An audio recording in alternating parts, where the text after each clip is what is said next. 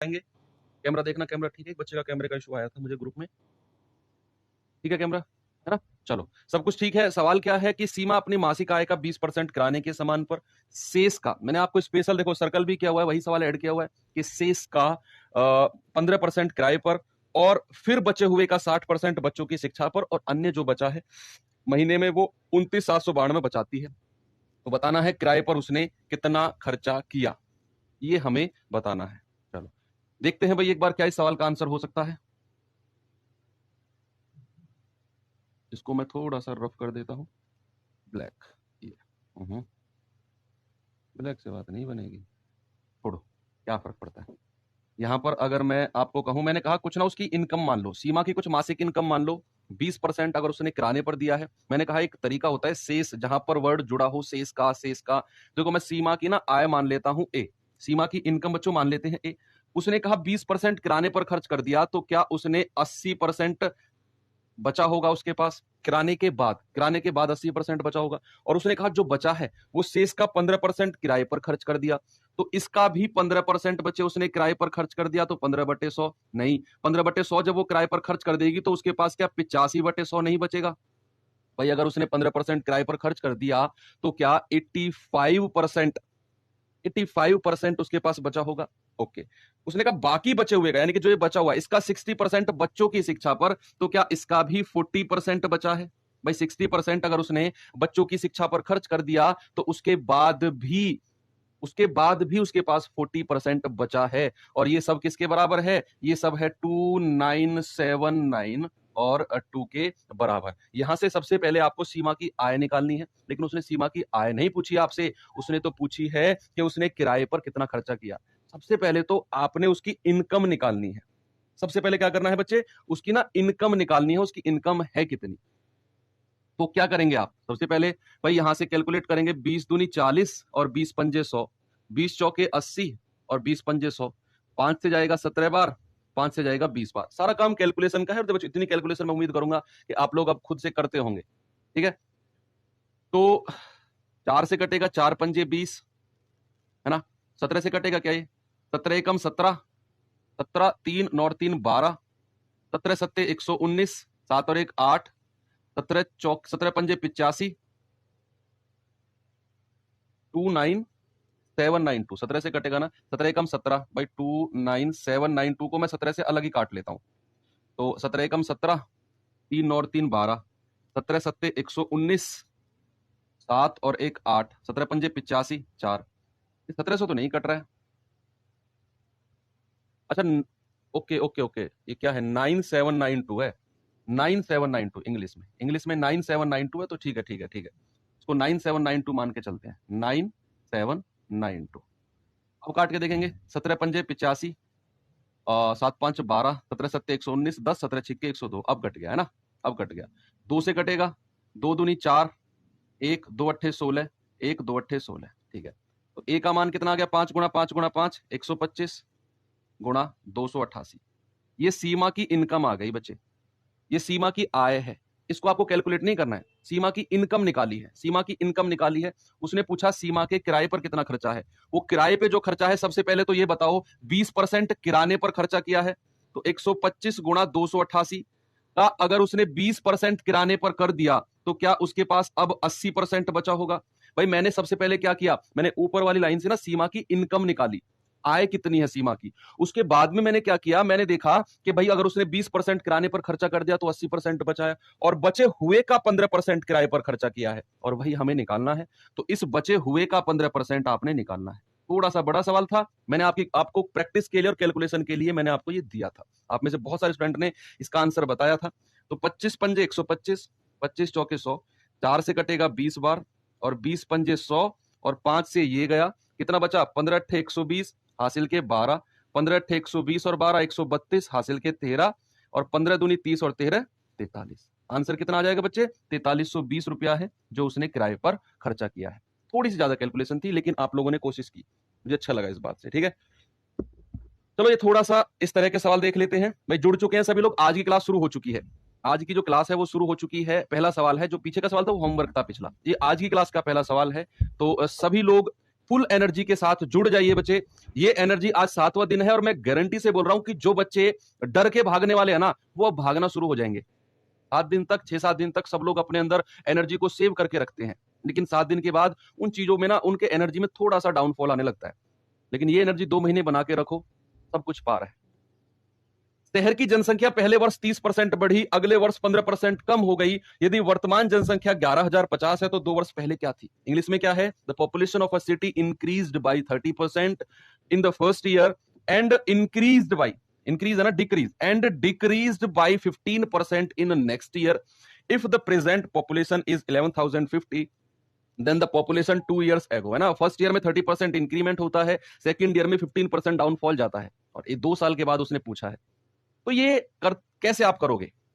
मैं तरीका बता चुका हूं इस तरह के सवालों का आपको। क्या कि आपने सबसे पहले क्या करना है बच्चे, जितने भी परसेंटेज दिए हुए हैं ना, इनको फ्रैक्शन में बदल लो। और फ्रैक्शन में बदलने में तो मेरे स्टूडेंट माहिर हैं, है ना, होना तो फ्रैक्शन से ही करेंगे।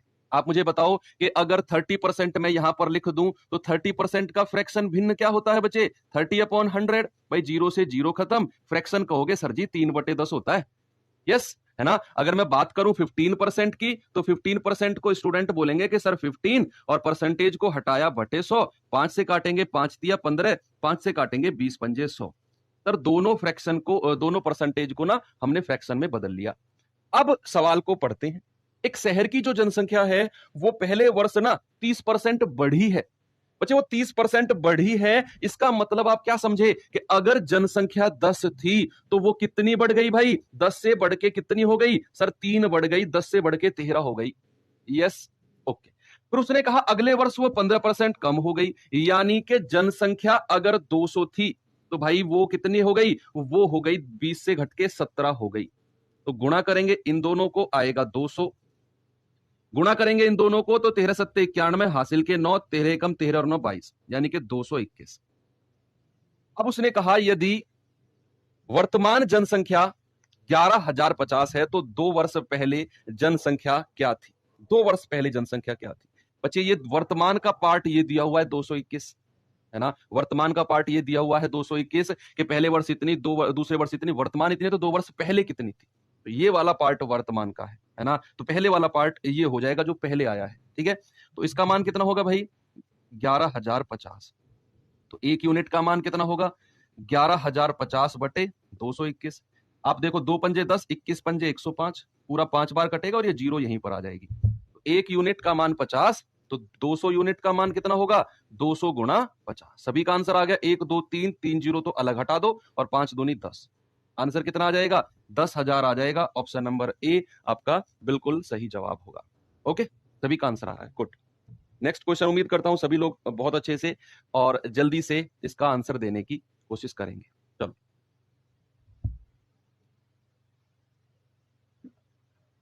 चलो देखते हैं। उसने कहा 1980 और 1990 तक किसी देश की जनसंख्या 20% की वृद्धि हुई है। ओके, 1990 से 2000 तक देश की जनसंख्या में 20% की वृद्धि हुई है। वाह। 2000 से 2010 तक देश की जनसंख्या में 20% की वृद्धि हुई है। बहुत अच्छे। तो कह रहा है 1980 से 2010 तक कुल बढ़ी जनसंख्या में परसेंटेज क्या होगा? भाई यहां पर जो उसने बोला है ना, वो 10-10 साल के लिए बोला है। आप ऐसा नहीं सोचोगे कि सर 1980 से 1990 तक अगर 20% बढ़ी है ना, तो 1980 से 1981, 82, 83, 84, 85, 86 ये सब हमें निकालना पड़ेगा। नहीं, हमें तो 10-10 साल का दिया है उसने कि 1980 से 90 तक का पूरा जो दशक है ना, इस पूरे दशक में 20% वृद्धि हुई है। फिर अगला जो दशक आएगा, भाई बोला ना from the 1980 to 1990 the population of a country was increased by 20%। ये पूरा 10 ईयर का उसने ड्यूरेशन दिया है कि 10 ईयर के ड्यूरेशन में वो 20% इंक्रीज होती है। फिर नेक्स्ट 10 ईयर में फिर 20% इंक्रीज होती है। फिर नेक्स्ट 10 ईयर में 20% इंक्रीज होती है। Then the overall increased population of a country from 1980 to 2010। पूरा 34 साल का उसने आंकड़ा आपसे पूछा है। तो आप जानते हैं सबसे पहले क्या करना है, जो भी परसेंटेज दिया हुआ है उसको फ्रैक्शन में बदलना है। और मैं जानता हूं, आप जानते हैं कि 20% को क्या बोला जाता है? 1/5 बोला जाता है। Yes, good. अब 20% की वृद्धि हुई बच्चे पहले दशक में, यानी कि 5 से जनसंख्या बढ़कर कितनी हो गई? 6 हो गई। और बहुत अच्छे, दूसरे दशक में भी जनसंख्या में 20% का इंक्रीमेंट आया, यानी कि दूसरी बार भी वृद्धि हुई है। तो सैनिक क्या करेंगे, फिर से आप 5 में 1 बढ़ाकर क्या कर दोगे, 6 कर दोगे। और तीसरी बार भी 20% का इंक्रीमेंट हुआ है, तो तीसरी बार भी 5 से बढ़ाकर 6 कर दोगे। तीनों को गुणा किया तो कितना, 125, और 6 गुणा 6 गुणा 6 याद रखना 216 होता है। भाई आपको 11 तक की क्यूब घन को याद रखना है और 1 से लेकर 30 तक के वर्ग यानी कि स्क्वायर को याद रखना है, ये कंपलसरी है। अब आप देखो जनसंख्या जो 125 थी वो 216 हो गई। कितनी बढ़ी है जनसंख्या, 6 में से 5 गए 1, 11 में से 2 गए 9, 91 बढ़ी है।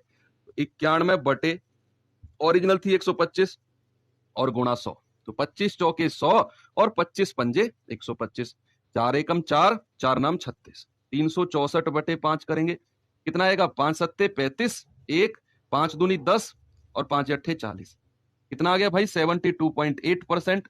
ऑप्शन नंबर डी आपका बिल्कुल सही जवाब है ना। यही स्पीड बिल्कुल मेंटेन है, डोंट वरी, बहुत बढ़िया। सभी का आंसर देखो मुझसे पहले आ गया यार, तुम लोग तो मुझसे तेज हो गए। अब ऐसे कैसे काम चलेगा, ऐसे कैसे काम चलेगा भाई, ऐसे काम नहीं चलेगा, मुझसे तेज मत होइए। चलो बताओ जल्दी से क्या होगा। 3 वर्ष पहले एक आदमी के बैंक खाते में 3 साल पहले 8,000 रुपए थे। पहले वर्ष वह उस राशि का 20% जमा कर देता है तथा दूसरे वर्ष कुल जमा राशि का 25% निकाल लेता है। तीसरे वर्ष कुल जमा राशि का 40% फिर से जमा कर देता है। तीसरे वर्ष के अंत में उसके खाते में कितना रुपया जमा हो जाएगा। ये सवाल को पूछने का तरीका अलग है लेकिन प्रोसेस वही, और आपको सॉल्यूशन उसी तरीके से करना है। सबसे पहले जितने भी परसेंटेज दिए हुए हैं इनको फ्रैक्शन में बदलो, और जहां वो जमा कर रहा है प्लस कर दो, जहां वो निकाल रहा है माइनस कर दो। आपके चेहरे पर एक स्माइल आएगी इस सवाल का आंसर निकालने पर। क्यों? क्योंकि ये सवाल एसएससी में आया हुआ सवाल है। अगर आपने इसका आंसर निकाल दिया ना तो ये मानो बच्चे आप तैयार हो परसेंटेज चैप्टर में। परसेंटेज चैप्टर में तैयार हो, साइड में रख देंगे, फिर इसको अगले चैप्टर के पास आएंगे, फिर है ना, अगले चैप्टर के पास आएंगे। तो यहां पर मुझे बताओ क्या आप परसेंटेज में तैयार हो इस सवाल का आंसर लाने के बाद। देखते हैं भाई, उसके खाते में 8,000 रुपए थे, यानी कि कह रहा है कि 8,000 in the bank account of a man 3 years ago. In the first year he deposited 20% of that amount. In the second he उसने withdraw कर लिया 25% and he redeposited 40% of the total deposit in the third year. How much money will be deposited in his account at the end of third year? एक बार वो withdraw कर रहा है, एक बार वो डिपॉजिट कर रहा है, फिर वो डिपॉजिट कर रहा है ना। यही हमें करना है। तो सबसे पहले मुझे बताओ क्या 20% का अगर मैं आपसे फ्रैक्शन पूछूं तो प्यारे भाई आप 1/5 कहोगे? कह देंगे सर।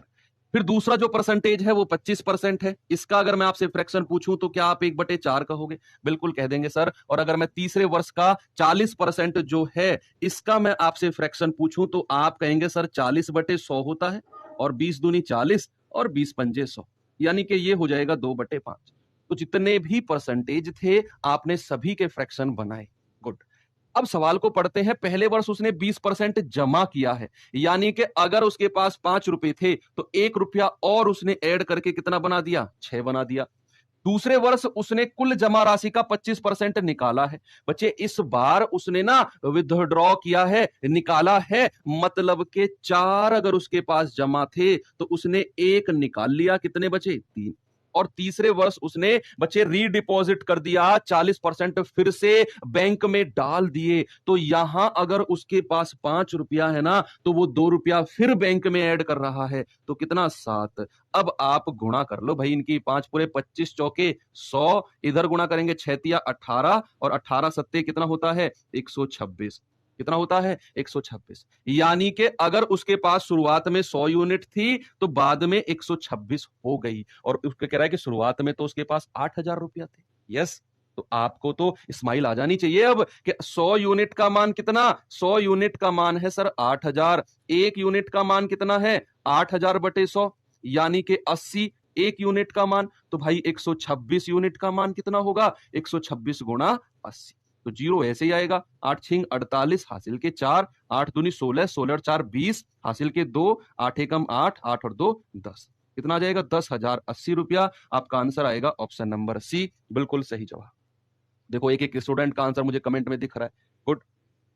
चलिए अब चुनाव वाले करा दूं, चलो 2-4 सवाल चुनाव वाले भी देख लेते हैं।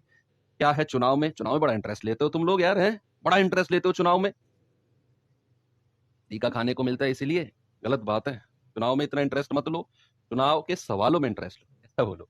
देखो उसने कहा, in election two candidates were standing in which one got 57% of the total votes and won the election by 1960 vote, how many votes did he lose, आप लूज बोल सकते हो, a candidate get in that election.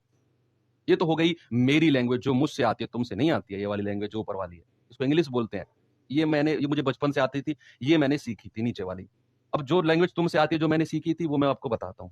एक चुनाव में 2 उम्मीदवार खड़े थे, जिसमें से एक को कुल मतों का 57% मत प्राप्त हुए और वह 1960 मतों से जीत गया।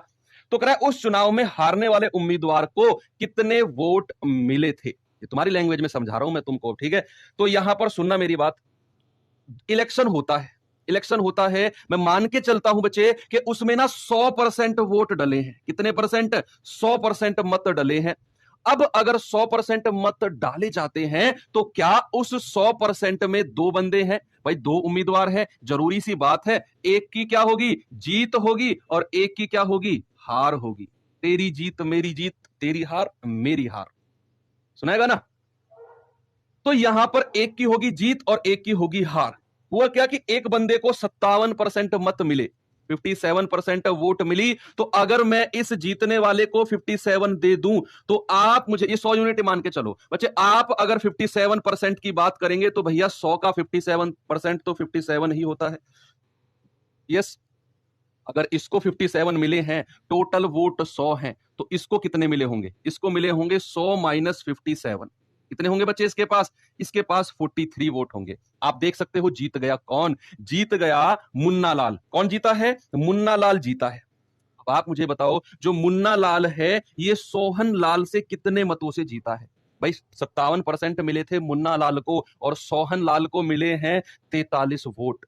तो भाई कितने वोटों से जीता है मुन्ना? आप मुझे बताओ, क्या मुन्ना यहां पर 14 वोटों से जीता है? क्या मुन्ना यहां पर 14 वोटों से जीता है कि नहीं? हाँ जी सर, जीता है। सवाल कर रहा है कि वह 1960 मतों से जीत गया। मुन्ना को मिले थे 57 वोट और सोहन को मिले थे 43 वोट। जो मुन्ना था वो 14 वोट से जीत गया और सवाल कह रहा है 1960 मत। तो 14 का मान कितना है बच्चे? 1960।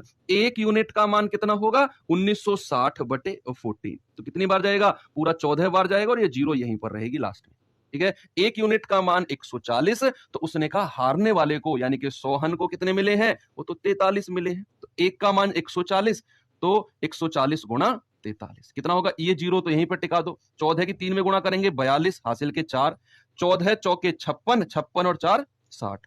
यानी कि जो सोहन है उसको कितने वोट मिले हैं? 6020 वोट। कितने मिले हैं? 6020। और यार तुम तो इतने तेज हो गए, मुझसे भी पहले आंसर निकाल रहे हो। अगला सवाल बताना। अगले सवाल का आंसर अगर तुम मुझसे पहले दे जाओ तो मैं मान लूंगा कि मैं ये मान लूंगा कि उससे अगले वाला सवाल का आंसर नहीं दे पाओगे, ऐसा मान लूंगा। क्या मनवाना चाह रहे हो भाई?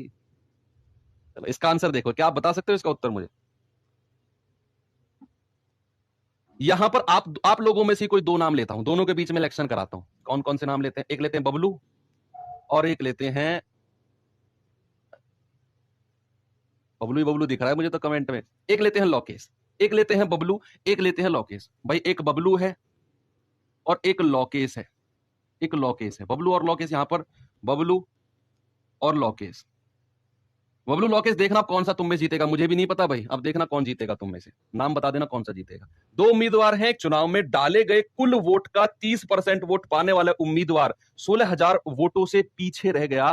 तो बताओ कुल कितने वोट डाले गए थे? मैं मान के चलता हूं बच्चे टोटल जो है ना वो 100 वोट डाले गए हैं। 100 यूनिट वोट ऐसे हैं जो डाले गए हैं। अब एक को मिले हैं 30% वोट, तो मैं मान के चलूंगा कि 100 वोट अगर टोटल डाले गए हैं तो लोकेश को 30% मिला है। भाई 100 का 30% कितना होता है? 30 होता है। अगर 100 में से 30 वोट लोकेश को मिले हैं तो बबलू को कितने मिले होंगे? अगर 100 में से 30 वोट लोकेश को मिले हैं तो क्या 70 वोट बबलू को मिले होंगे? बबलू 70 वोट ले गए आप, है ना। और लोकेश कितने वोट ले गए आप? 30 वोट ले गए। तो उसने कहा वह जीतने वाले उम्मीदवार से 16,000 वोटों से पीछे रह गया। अब जीतने वाले को मिले हैं 70 और हारने वाले को मिले हैं 30, तो कितने वोटों का डिफरेंस आया? 40 का। और सवाल कह रहा है 16,000 वोट। क्या कह रहा है? 16,000 वोट। तो एक यूनिट का मान कितना होगा? 400। भाई एक यूनिट का मान है 400। उसने कहा कुल कितने वोट डाले गए? वो तो 100 यूनिट थे, तो 100 यूनिट का मान कितना होगा? 100 यूनिट का मान होगा 400 गुणा 100। यानी कि आपका जो आंसर आएगा 4 के बाद आएंगी 4 जीरो। ऑप्शन नंबर ए बिल्कुल सही जवाब होगा। 40,000 is the correct answer. Good, बहुत अच्छे सभी का आंसर। भाई बबलू जीत गया। चलो थोड़ा सा सवाल का लेवल बढ़ाते हैं, चुनाव के सवालों का थोड़ा सा लेवल बढ़ाते हैं, जहां पर वैध मत भी होते हैं अवैध मत भी होते हैं। थोड़ा सा समझाऊंगा, इसको टेंशन ना लो यार, मतलब मजे में सीखेंगे यार। तुम लोग डरते, एक तो तुम लोग डरते बहुत हो। किस किस से डरोगे? कितना डरोगे यार? एग्जाम से डर, फिर जॉब लगने से डर, फिर सिलेक्शन ना हो उससे डर। कितना डरोगे? एक बार डर को साइड में रखो ना 2-4 महीने के लिए, सिलेक्शन लो, डर अपने आप भग जाएगा दूर। ये चीज मैं एक्सपीरियंस के साथ आपको बोल रहा हूं। कुछ भी नहीं होता है, कोई किसी के कहने से, मतलब ये मतलब लोग क्या कहेंगे यार, लोगों के कहने का क्या है? उन्होंने तो तब भी कहा था जब आप कुछ नहीं कर रहे थे, तो आज भी कह रहे हो जब आप कुछ मेहनत कर रहे हो, और जब आप लग जाओगे ना बच्चे, लोग तो तब भी कहेंगे। लोगों का मुंह आप नहीं रोक सकते हो, वो समय के साथ बदलती है लोगों की सोच। आज अगर आपको वो कह रहे हैं ना कि ये नहीं लगेगा, हमें पता है, कल वही बंदा बोलेगा कि ये जो है ना मुझे पता था, इसके अंदर कुछ है, ये लगेगा इसके अंदर कुछ है, कुछ था, कुछ है। और ये मैं अनुभव के साथ बता रहा हूँ बच्चे, जब मैं अपने स्ट्रगलिंग दौर में था, मैं तैयारी कर रहा था सीजीएल की, एसएससी सीजीएल में मैं सेलेक्टेड हूँ। मैं आप लोगों को बता दूं, CAG department controller and auditor general में, ठीक है, मैं इंस्पेक्टर पोस्ट पे हूँ, डिविजनल अकाउंटेंट पोस्ट का नाम है वैसे।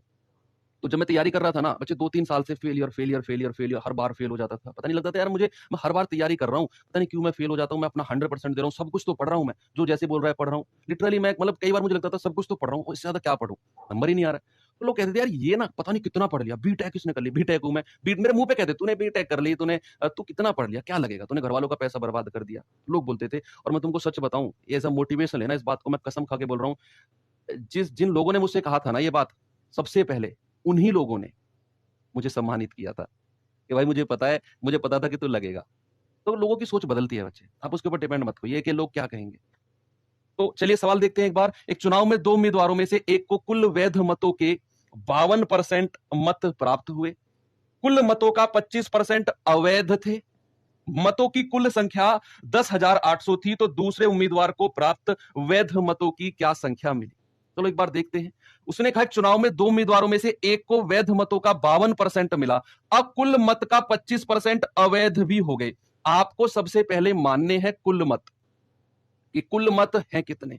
कुल मत है कितने बच्चे, आप वही मान के चलोगे कि कुल मत कितने होते हैं। कुल मत होते हैं 100। मैं मान के चलता हूं कि टोटल जो वोट है ना एनरोल हुआ है वो 100 है, मान लिया मैंने। उसके बाद उसने कहा कि भाई इसमें से ना 25% अवैध घोषित हो गए, तो इसका 25% कितना होता है? 25 ही होता है।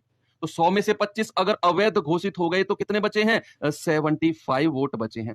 अवैध वोट पता है क्या होता है? जानते हो अवैध वोट क्या होता है? मैं कई बार बताता हूं अपनी क्लास में जो अवैध वोट के बारे में। वो फैक्ट है कि जब गांव में इलेक्शन होता है, कुछ लोग ऐसे होते हैं कि मतलब इतने कट्टर समर्थक होते हैं अपने कैंडिडेट के कि भाई साहब जिधर भी जाना है ना कैंडिडेट के साथ जाना, उसके पीछे उसके पीछे पीछे पीछे पीछे, शाम को उसके अल्कोहल पी, भैया दिन में उसके साथ घूमे, खाना खाया, और जब खाना खाया है, नमक खाया है, तो उसको अदा भी करना होता है। तो जब इलेक्शन का दिन आता है ना, तो कुछ वोट इनवैलिड, मतलब कुछ वोट ऐसे होते हैं, दादी अम्मा नहीं चल पाती हैं, बाबा हैं बुजुर्ग ऊपर सिधार गए, उनकी वोट नीचे है। क्या होता है कि वो दादी अम्मा की साड़ी गेटअप में जाते हैं, वही लोग गेटअप में जाते हैं, दादी अम्मा का जो लहंगा होता है वो पहन लिया, घूंघट डाल लिया, और वहां जाकर वोट डालते हैं। सक्सेसफुल वोट डल गई, बाहर निकले, पता चला कि लहंगा के नीचे ना स्पोर्ट शूज पहने हुए हैं। अब पुलिस वाले ने जांच दिया और दादी अम्मा को कब्जा लिया, यानी कि उस बंदे को कब्जा लिया जो दादी अम्मा की नकली वोट डालने गया था। और उसको ना इतना तोड़ा इतना तोड़ा इतना तोड़ा, जब तक वो दादी अम्मा से अपने असली रूप में नहीं आ गया।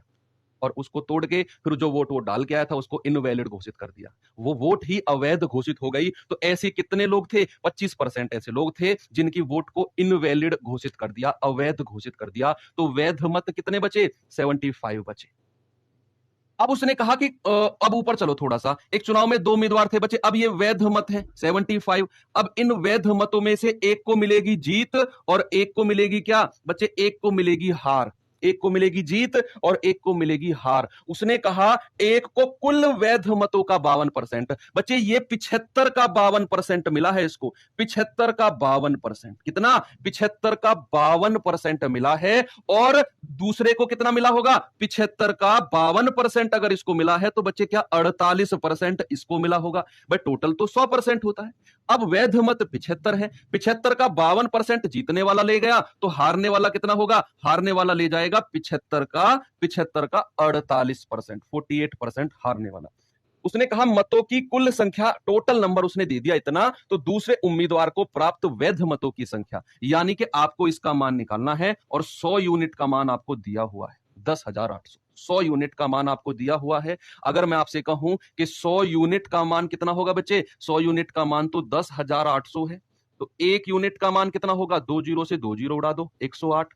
1 यूनिट का मान आपको तो दूसरे उम्मीदवार के निकालने हैं, तो 75 का 48%, 48/100 यूनिट का मान कितना होगा? 75 गुणा 48/100। भाई 1 यूनिट का मान इतना, तो इतने यूनिट का मान कितना? आप 108 से गुणा कर दो, ये आपकी वैल्यू आ जाएगी। 25 3 75, 25 चौके 100, 4 से जाएगा 12 बार।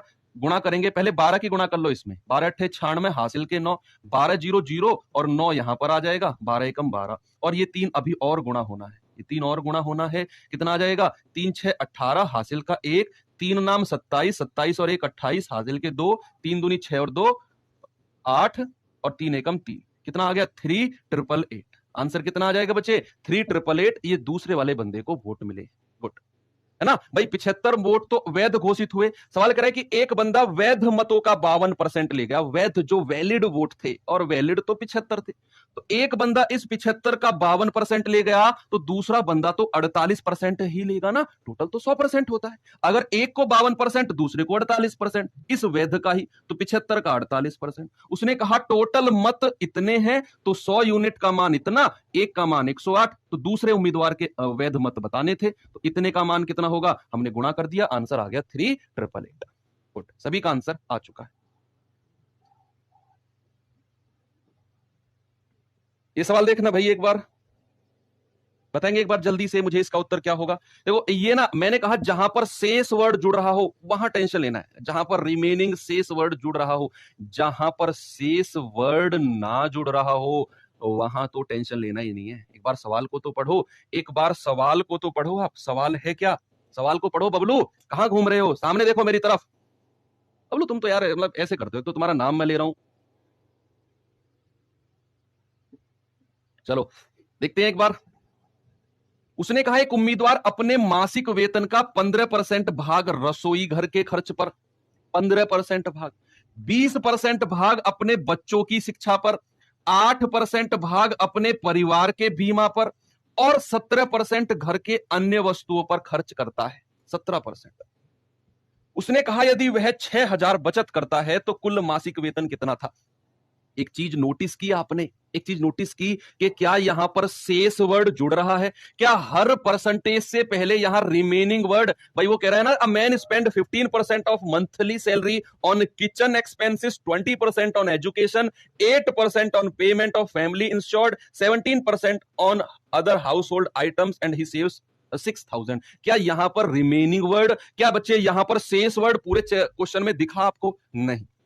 अगर नहीं दिखाना तो आपको टोटल 100 में से ही मानना है, 100 में से मानना है। मैंने कहा उसका वेतन मान लो बच्चे, उस बंदे का वेतन मान लो 100 यूनिट है। मैं 100 क्यों मानता हूं? क्योंकि 100 एक ऐसी संख्या है जिसका आप कितना भी परसेंट आराम से निकाल लोगी। तो यहां पर मैंने कहा उस बंदे का जो वेतन है ना वो 100 यूनिट है, 100 है। अगर उसने 15% रसोई घर पर खर्चा किया है तो भाई रसोई पर कितना हुआ? रसोई पर हुआ 15%। अब आपको 85% की कोई नीड नहीं है, क्योंकि वहां पर अगर वो बोलता शेष का उतना परसेंट, रिमेनिंग का, तो मैं टेंशन लेता हूं, मैं सवाल कर चुका हूं। लेकिन यहां पर तो उसने शेष वर्ड, रिमेनिंग वर्ड यूज ही नहीं किया। तो जितने भी परसेंट है सब 100 के हैं, सब 100 के हैं। 100 का 15% 15 होता है रसोई पर, 20% अपने बच्चों की शिक्षा पर, यानी कि एजुकेशन पर कितना? एजुकेशन पर 20%, तो 100 का 20% 20 ही होता है। 8% परिवार के बीमा पर, बच्चे 8% किसका? 100 का 8 ही होता है बीमा पर। और 17% घर की अन्य खर्च पर। तो अन्य खर्च पर 17%, तो 100 का 17%। तो टोटल खर्चा देख लो कितना है, कुल खर्चा कितना हो गया। तो आप क्या कहेंगे, आप कहेंगे 5, 8 5 13, 13 और 7 20, हासिल के 2, 2 और 1 3, 3 और 1 4, 2 6, 60 हो गया खर्चा। तो भाई बचत कितनी होगी, बचत होगी आप कहेंगे 40 की। टोटल तो 100 है ना, वेतन तो 100 मान के चला हूं, अगर 60 उसने खर्चा कर दिया तो बचाया कितना होगा, 40 बचाया होगा। ठीक है, ओके। और उसने कहा 6000 बचा लिया, तो 40 यूनिट का मान 6000, एक यूनिट का मान कितना होगा, एक यूनिट का मान होगा 6000 बटे 40। कितना जाएगा ये बच्चे, 150 बार। कितना जाएगा एक यूनिट का मान, 150, एक यूनिट का मान। उसने कहा कुल मासिक वेतन, वो तो मैं 100 यूनिट मान के चला हूं, तो 100 यूनिट का मान कितना होगा, 100 गुणा 150, यानी कि 15,000 उसका टोटल मासिक वेतन हो जाएगा, जो कि ऑप्शन नंबर डी बिल्कुल सही जवाब होगा। एक एक बच्चे का आंसर मुझे दिखा 15,000, एक एक बच्चे का आंसर। चलो इस सवाल को देख लेते हैं, चुनाव वाले लास्ट को, और फिर थोड़ा सा मजेदार क्वेश्चन कराता हूं आपको, मजा आएगा आपको, मैं कह रहा हूं बहुत मजा आएगा आपको। एक क्लास और जा सकती है परसेंटेज में, लेकिन एक भी सवाल ऐसा नहीं बचेगा जो आप परसेंटेज में ना करो। हर टाइप का सवाल, हर लेवल का सवाल मैं करा चुका हूं आपको। एक क्लास, ऑलमोस्ट एक क्लास और जाएगी परसेंटेज में। बच्चे परसेंटेज में क्लास इसलिए ज्यादा गई है क्योंकि 1-2 दिन शुरू किए, तो वो डेमो क्लास की वजह से कम थोड़ा हो पाया था।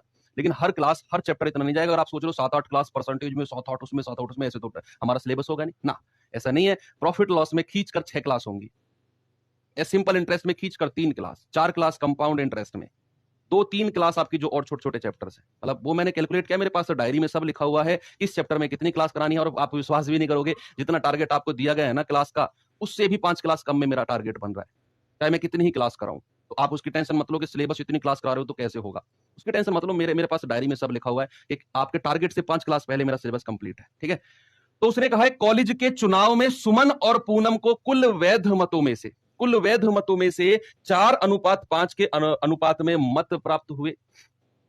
यदि 15,000 मतों में से 19% मत अवैध घोषित हो गए, बच्चे 15,000 टोटल हैं और 19% अवैध घोषित हो गए, और सुमन और पूनम के पक्ष में पढ़े मतों के बीच क्या अंतर है। देखो यहां पर उसने बोला कि in a college election Suman and Poonam get vote in the ratio 4:5 out of total valid vote, यानी कि वैध मतों का, उसने वैध वैलिड वोट का सुमन और पूनम का रेशियो दिया हुआ है कितना, 4 और 5। ये वैध मत यानी कि वैलिड का रेशियो दिया है।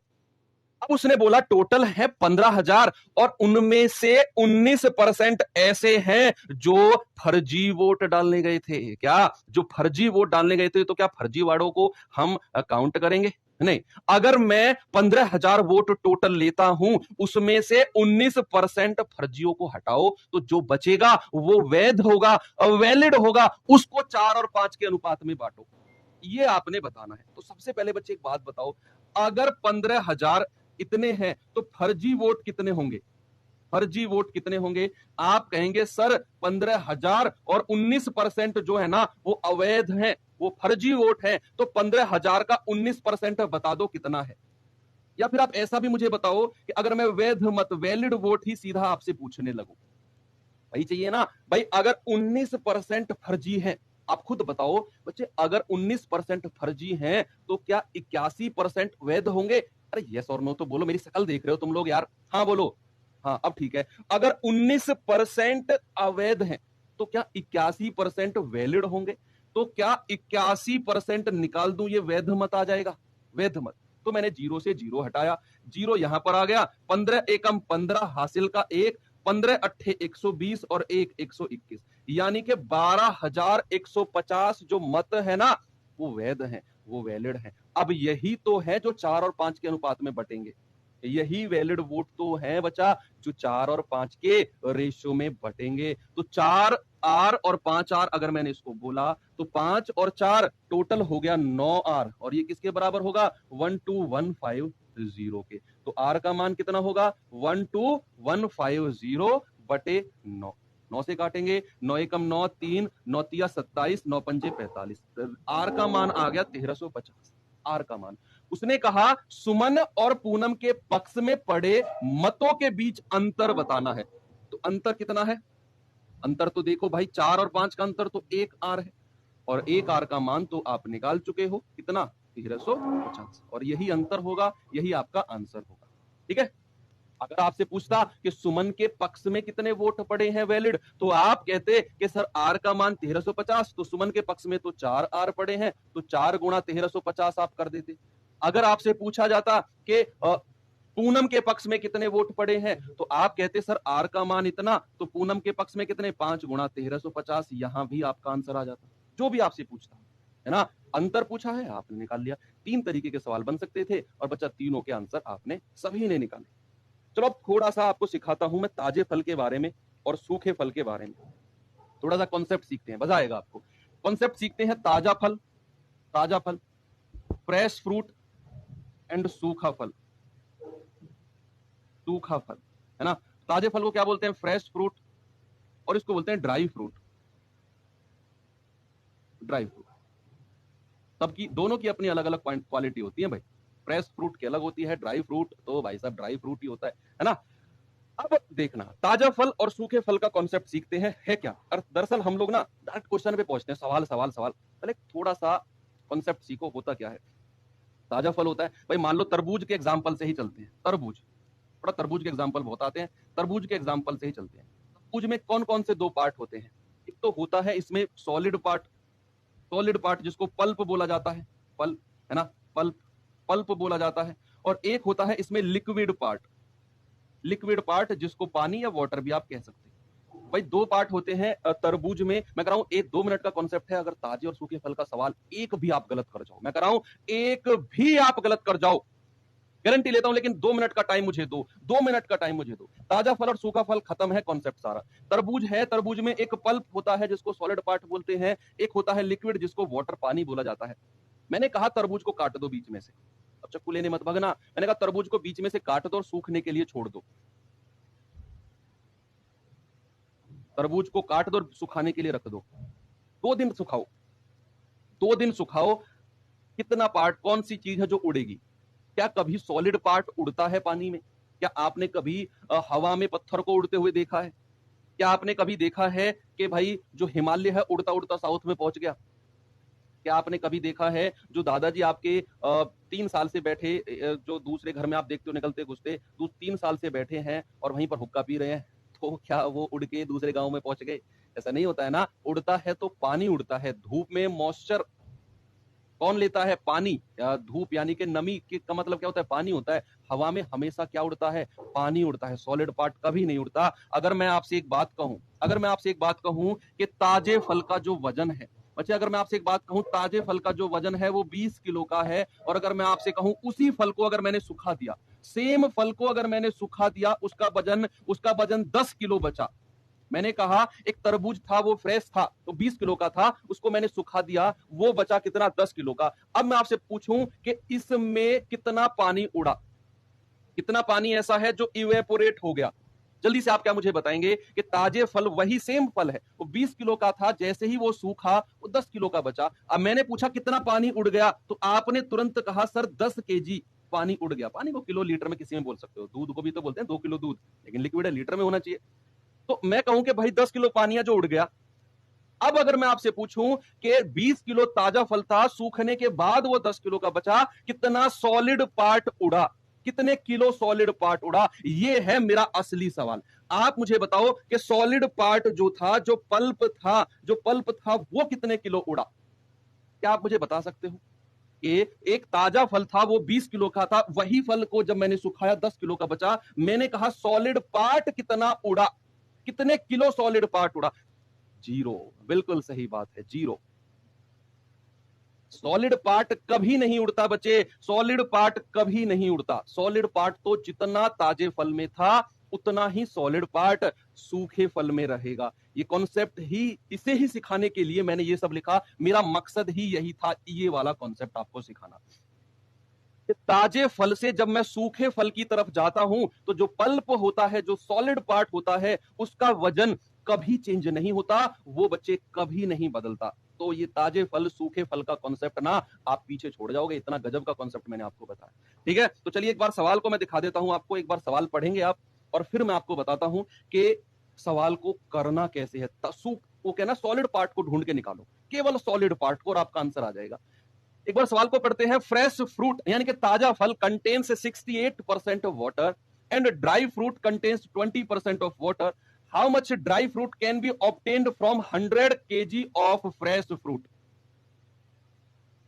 तो उसने कहा ताजे फल में 68% 68% पानी है, और मेवा में, मेवा होता है सूखा फल, मेवा में 20% पानी होता है, तो 100 किलो ताजे फल से कितना मेवा प्राप्त किया जा सकता है? मैंने कहा आपका जो टारगेट है ना, वो ताजे फल में से भी और सूखे फल में से भी सॉलिड पार्ट ढूंढ के निकालो, सॉलिड पार्ट। अब मेरा आपसे जो जो सवाल है ना, उसका आंसर देना। सवाल के आंसर से मतलब नहीं है, जो मैं सवाल करूं आपके दिमाग से उसका उत्तर निकल के आना चाहिए। आप मुझे बताओ कि अगर ताजे फल में 68% पानी है, अगर ताजे फल में 68% पानी है, तो उसमें सॉलिड पार्ट कितना होगा? आप मुझे बताओ कि अगर ताजे फल में 68% पानी है, तो क्या 32% सॉलिड पार्ट होगा? ताजा फल है, फ्रेश फ्रूट है, उसने बोल दिया कि ताजे फल में 68% पानी है। मैंने कहा आपका जो ढूंढोगे ना, वो सॉलिड पार्ट को ढूंढो। ताजे फल में कितना सॉलिड पार्ट है और सूखे फल में कितना सॉलिड पार्ट है, दोनों को बराबर कर दो, आंसर मिल जाएगा। भाई ताजे फल में अगर 68% पानी है और 100 किलो ताजा फल है, तो क्या 100 किलो ताजे फल में बच्चे 32% हमारा सॉलिड पार्ट होगा? मैं सॉलिड पार्ट को ढूंढ रहा हूं, पल्प को ढूंढ रहा हूं। क्या ताजे फल में 32% सॉलिड पार्ट होगा? और सूख गया फल, अब मेवा बन गया बच्चे, वो मेवा बन गया, और मेवा में अगर 20% पानी है, तो क्या मेवा में 80% सॉलिड पार्ट होगा कि नहीं? क्या बच्चे मेवा में 80% सॉलिड पार्ट होगा? और इधर का जो सॉलिड पार्ट है, इधर के सॉलिड पार्ट के बराबर होगा कि नहीं? क्योंकि ये इसका वजन कभी नहीं बदलेगा, इसका जो वेट है वो कभी नहीं बदलेगा, इसका वजन कभी नहीं बदलेगा। जो सॉलिड पार्ट ताजे फल में था, वही सॉलिड पार्ट सूखे फल में होगा। दोनों को बराबर कर दो, आंसर आ जाएगा। आंसर बिल्कुल आया है। तो 16 दूनी 32 और 16 पंजे 80, 5 से जाएगा 20 बार, और 20 गुणा 2 कितना होता है? 40। यानी कि सूखा जो फल है, जो मेवा है, कितना आ गया बच्चे? आ गया 40। कितना आ गया? 40 आ गया। गुड, सभी का आंसर आ रहा है। चलो नेक्स्ट क्वेश्चन दिखाता हूं मैं आपको। ये सवाल देखिए एक बार सवाल देखेंगे क्या हुआ सवाल में। हाँ, सभी का आंसर 40 है। गुड, यही रिस्पॉन्स तो मुझे आपका चाहिए कि ताजे तरबूज का जो भार है वो 20 किलोग्राम है। मैंने कहा जब भी फलों की बात आए ना, ताजे और सूखे, सॉलिड पार्ट को ढूंढो। कितना सॉलिड पार्ट ताजे फल में है, कितना सॉलिड पार्ट सूखे फल में है, दोनों को बराबर कर दो, आंसर आ जाएगा। उसने कहा ताजे तरबूज का वजन 20 किलो है, उसमें 96% पानी है। लिख लो इसको। अगर ताजे तरबूज 20 किलो का है बच्चे, अगर उसमें 96% पानी है, मैंने कहा आपका टारगेट तो सॉलिड पार्ट ढूंढना होगा। तो अगर 96% पानी है, तो मेरे शहर कितना, क्या 4% इसमें सॉलिड पार्ट होगा? बिल्कुल होगा। अब 6 दिन बाद तरबूज को सुखाया गया, और 6 दिन बाद पानी बचा है 95%। तो कह रहा है कि अब तरबूज का भार क्या होगा?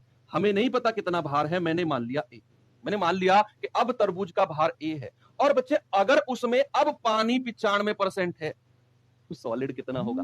अगर मैंने कहा आपका टारगेट सॉलिड पार्ट, पल्प को ढूंढने का होना चाहिए। अगर उसमें 95% पानी है, तो क्या प्यारे सैनिक भाई, उसमें 5% सॉलिड पार्ट होगा, और दोनों को बराबर कर दो, है ना। देखो परसेंट से परसेंट उड़ा दो, 5 से जाएगा 5 चौके 20, तो ए का मान कितना होगा? 4 चौके 16 केजी। तो भाई सूखे तरबूज का जो वेट है वो कितना हो जाएगा? 16 केजी हो जाएगा। Option number B. आया कॉन्फिडेंस इस तरह के सवालों में? 100% आया होगा। तो एक सवाल मैं आपके होमवर्क के लिए डाल देता हूं। मुझे आपका जो आंसर है बच्चे, वो मिलना चाहिए शाम को 8 बजे, जब टेलीग्राम ग्रुप ओपन होगा।